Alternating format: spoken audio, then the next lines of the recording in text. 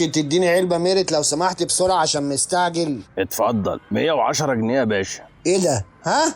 غالي التاني. وحضرتك هتشربها برضو زي كل مرة ورجلك فوق رقبتك.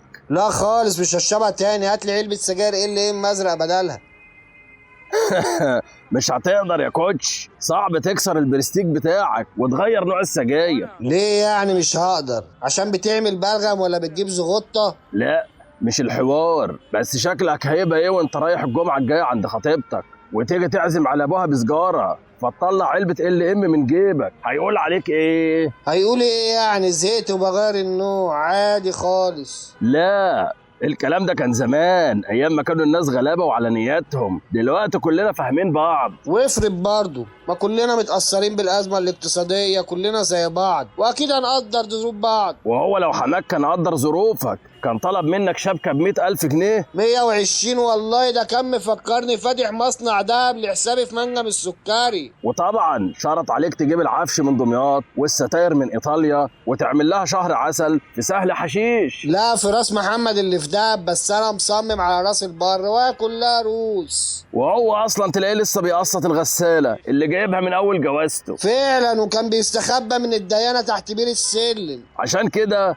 هيعتبر تغيير نوع السجاير داون جريد جامد لحياة بنته. ليه يا تخمس معايا في العلبة؟ ما نشرب شيشة مع بعض وخلاص.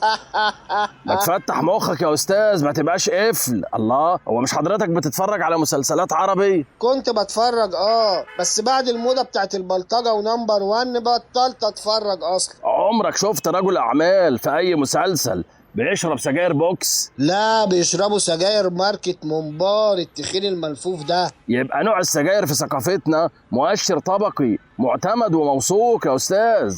خلاص كفاية عليا علبة ميريت يوم الجمعة بس وانا رايح عند خطيبتي. ده تفكير سليم، بس يا ترى هتقدر تطبقه على حياتك كلها؟ وانا ليه اطبقها على حياتي كلها؟ الحوار كله علبة سجاير. ما هي حاجة بالعقل. انت مرتبك بيزيد كام في السنة؟ اللهم لا حسد، خمسة وخميسة بيزيدوا حوالي 500 جنيه. ال 500 جنيه دول هتدفعهم فرق سعر السجاير في شهر واحد، معنى كده انك هتعلن افلاسك قريب يا كحيان. طب وبعدين اعمل ايه؟ مش هقدر اقولك تتنازل عن الايمج بتاعتك مرة واحدة، لان ده هيخسرك كل علاقاتك. عندنا الفقير بيعتبروه خلاص بقت ريحته وحشة. يعني اروح استحمى ولا اعمل ايه طيب؟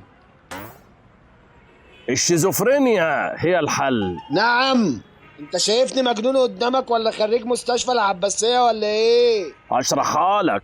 انت لسه ما بقتش فقير، لكن مرشح لده بقوة.